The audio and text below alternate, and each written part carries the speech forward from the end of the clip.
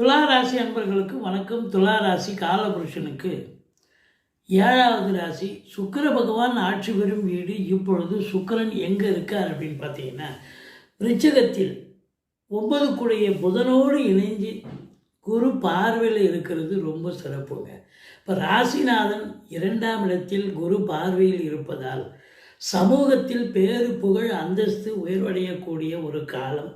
சுக்கிரன் புதனுடைய ஆதிக்கம் நிறைந்த பத்திரிகை துறை, மீடியா துறை, எழுத்துத்துறை, சினிமா இண்டஸ்ட்ரி, தொலைக்காட்சி இண்டஸ்ட்ரி, நாடக நடிகர்கள், எழுத்தாளர்கள், கவிஞர்கள், ஆடிட்டர்கள், வழக்கறிஞர்கள், ஜோதிடர்கள், ஆசிரியர்கள், மேடை பேச்சாளர்கள், சொற்பொழிவாளர்கள் அத்துணை பேர்களுக்கும் இந்த வாரம் உங்களுடைய கதவுகள் திறக்கப்படும்.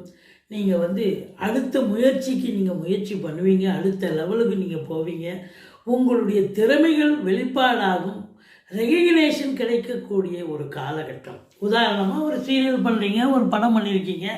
இப்போ பத்திரிகைகள் பாராட்டும், மீடியாக்கள் பாராட்டும், ஏன் அரசின் கவனத்திற்கு சென்று அரசே கூட உங்களை பாராட்டி பரிசு தரக்கூடிய அமைப்பு ஒரு சிலருக்கு கிடைக்கும். பணம் பல வகையில் பையை நிரப்பக்கூடிய காலம்.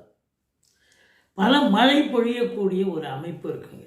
3ஆம் இடம் முயற்சி ஸ்தானத்தில் செவ்வாய் இருக்கிறார், சூரியன் இருக்கிறார். அப்போ நீங்கள் எடுக்கிற எந்த முயற்சியாக இருந்தாலும் இமாலய வெற்றி கண்டிப்பாக கிடைக்கும்.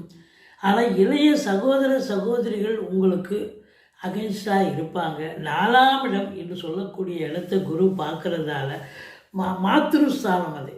தாய் வழி சொந்தங்களால் அனுகூலம், அசையா சொத்துக்கள் மூலம் ஆதாயம், வண்டி வாகனங்களை வச்சு பொழப்பு நடத்தக்கூடியவர்களுக்கு பொழப்பு ரொம்ப சிறப்பாக சென்று நல்ல சம்பாத்தியம் கிடைக்கும். படிக்கிற பிள்ளைகள் நல்லா படிப்பாங்க. 5ல் ராகு இருக்குது. மருத்துவத்தின் உதவியோடு காத்து கொண்டிருக்கும் தம்பதியர்களுக்கு குழந்தை பாக்கியத்திற்கான இன்னும் காலதாமதம் எடுக்கும். மற்றபடி கொஞ்சம் எச்சரிக்கையாக இருந்துக்குங்க. வெளிநாடு யாரெல்லாம் போகணும்னு நினைக்கிறீங்களோ தாராளமாக போங்க. 6ல் சனி குரு பார்வையில் இருக்கிறது வெற்றி ஸ்தானம். இந்த துலா ராசியில் பிறந்தவர்கள் போட்டி பந்தயம், ஒரு எக்ஸாம், காம்படிட்டிவ் எக்ஸாம் எழுதுறீங்க, பரீட்சை எழுதுறீங்க, கவர்மெண்ட் எக்ஸாம் எழுதுறீங்க, நீங்கள் போட்டி பந்தயங்கள் மீறி நீங்கள் ஜெயிக்கக்கூடிய ஒரு அமைப்பு. எதிரிகள் ஓடி ஒளிவார்கள். கடன் சுமை படிப்படியாக குறையும். கோர்ட்டில் கேஸ் தான் இருந்தால் சாதகமாக தீர்ப்பு வரக்கூடிய நிலை. அறிமுகம் இல்லாத இடம் நபர்களிடம் எச்சரிக்கையாக இருங்கள். 11ல் இருக்கும் கேது உங்களை பல வகையில் நல்லது செய்யக்கூடிய அமைப்பு. ஓம் அமிர்த ராகுவே போற்றி, ஓம் அமிர்த கேதுவே போற்றி என்று வணங்குங்கள். மற்றபடி இந்த துலா ராசிக்கு இந்த வாரம்